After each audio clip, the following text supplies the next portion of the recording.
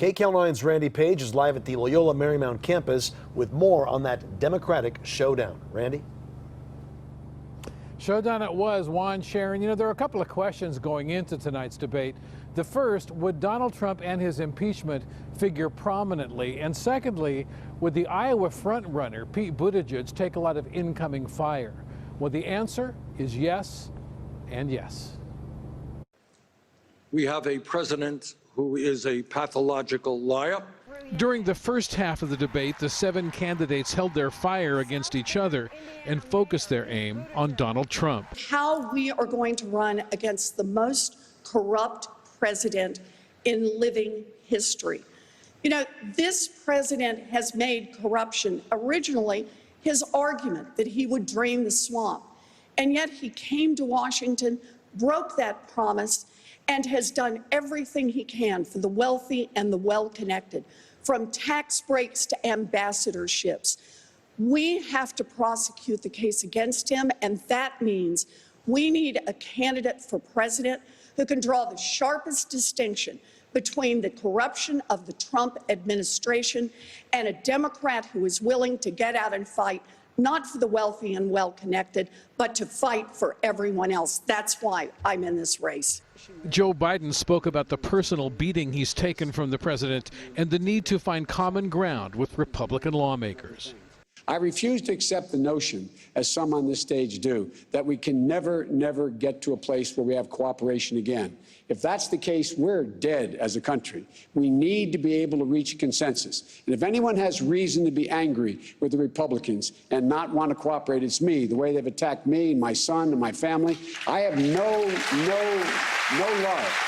But the fact is, we have to be able to get things done. And when we can't convince them, we go out and beat them like we did in the 2018 election in red states and in purple states. The candidates also weighed in on the impeachment of President Trump.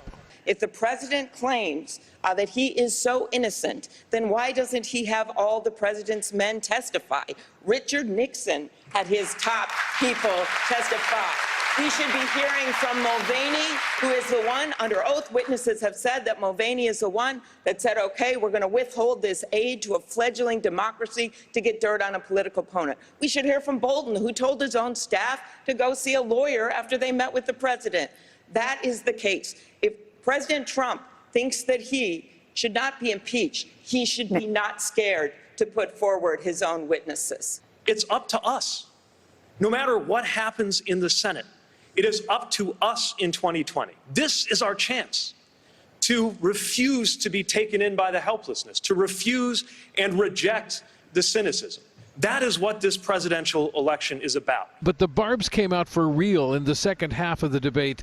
They were especially pointed in the direction of the current frontrunner in Iowa, Pete Buttigieg. He had promised that every fundraiser he would do would be open door, but this one was closed door. We made the decision many years ago that rich people in smoke-filled rooms would not pick the next president of the United States. Billionaires in wine caves should not pick the next president of the United States. We're in the fight of our lives right now. Donald Trump and his allies have made it abundantly clear that they will stop at nothing, not even foreign interference, to hold on to power. They have already put together more than $300 million. This is our chance. This is our only chance to defeat Donald Trump. And we shouldn't try to do it with one hand tied behind our back. The way we're going to win is to bring everybody to our side in this fight. I have never even been to a wine cave. I've been to the Wind Cave in South Dakota, which I suggest you go to. Senator Klobuchar later took issue with a comment Mayor Buttigieg made in the last debate. When we were in the last debate, Mayor, you basically mocked the 100 years of experience on the stage. And what do I see on this stage? I see Elizabeth's work starting the Consumer Financial Protection Bureau and helping 29 million people. I see the Vice President's work in getting $2 billion for his cancer moonshot. I see Senator Sanders' work of working to get the veterans bill passed across the aisle. And I see what I've done, which is to negotiate 3 farm bills and be someone that actually had major provisions put in those bills. So while you can dismiss committee hearings, I think this experience works. And I have not denigrated your experience as a local official. I have been one. I just think you should respect our experience when you look at how you evaluate someone who can get things done. Mayor Buttigieg ended the back and forth when asked if for any reason he would like to ask for forgiveness. So the nominee is going to have to do 2 things: defeat Donald Trump and unite the country as president. It's a tall order.